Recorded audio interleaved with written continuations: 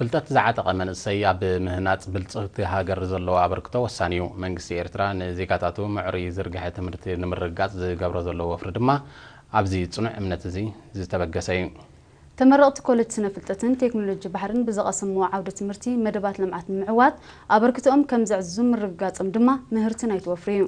ብዛዕባ እዚ ወኪል ኤሪና ኢብራሂም ዑመር ንዘዳለዎ ፀብጻብ ሓይሎም በረቐ ከቕርቦ እዩ። ተመረቕቲ ኮሌጅ ስነ ፍልጠትን ቴክኖሎጂ ባሕርን ጸጋታት ሃገሮም ኣብ ረብሓ ህዝቦም ብምውዓል ኩሉ መድያዊ መደባት ልምዓት ንምዕዋት ኣበርክቶኦም ከም ዘዕዝዙ ኣረጋጊጾም። እቶም ብሸውዓተ ሰነ ዝተመረቑ ተምሃሮ ንኤሪና ብዝሃቦ ሓበሬታ መንግስቲ ኤርትራ ፍልጠትን ሞያን ዝዓጠቐ መንእስያት ንምህናፅ ኣብ ጽላት ትምህርቲ ብሓፈሻ ንዘካይዶ ዘሎ ገዚፍ ወፍሪ ብኣድናቖት ብምግላጽ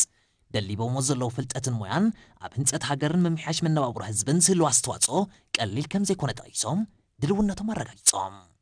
ዳሃሰስትን ወነንትን ጸጋታትና ባዕልና ብምዃንና ልዑል ሓበን ይስምዓና ዝበሉ ዳህላክ ፍሳሕን ሮመዳን መሓመድን ደሊቦሞ ዘለዉ ፍልጠት ናብ ካልኦት ንምስግጋር ሓላፍነት ከም ዘለዎም ብምሕባር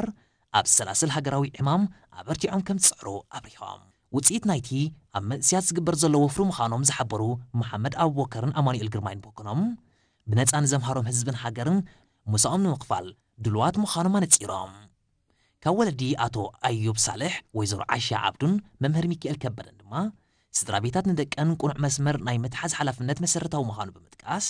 ደቆም መጻኢ ህይወቶም ዘአንፍት ፍልጠት ዓጢቖም ብምህላዎም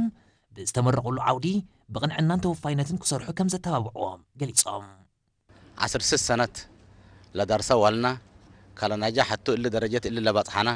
كمنا بديل لعناه ودنا نعسرتو شدشت عمتات زأكل تماهيرو أبز درجة زي مبتعو أزينا حقو ساتنا نعلهن نمنقستنا نمسجن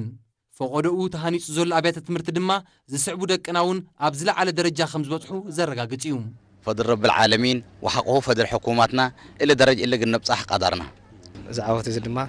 ناتي ترازي كونه نهزبين نمنستين سلزخونه زوال عزيا أبز درجة زبتي حتى زرلا ترايت أوكي بلت نقصالي تمرتا درجة أوسيها كبابيلا نهزبان نهاجران نولدان كدقلقل تناتي تمنيتيو كوليج سنة فلتاتن تكنولوجي بحري بشوعات السنة 248 تمهرو بديجرن دبلومان كم زمرغة يفلات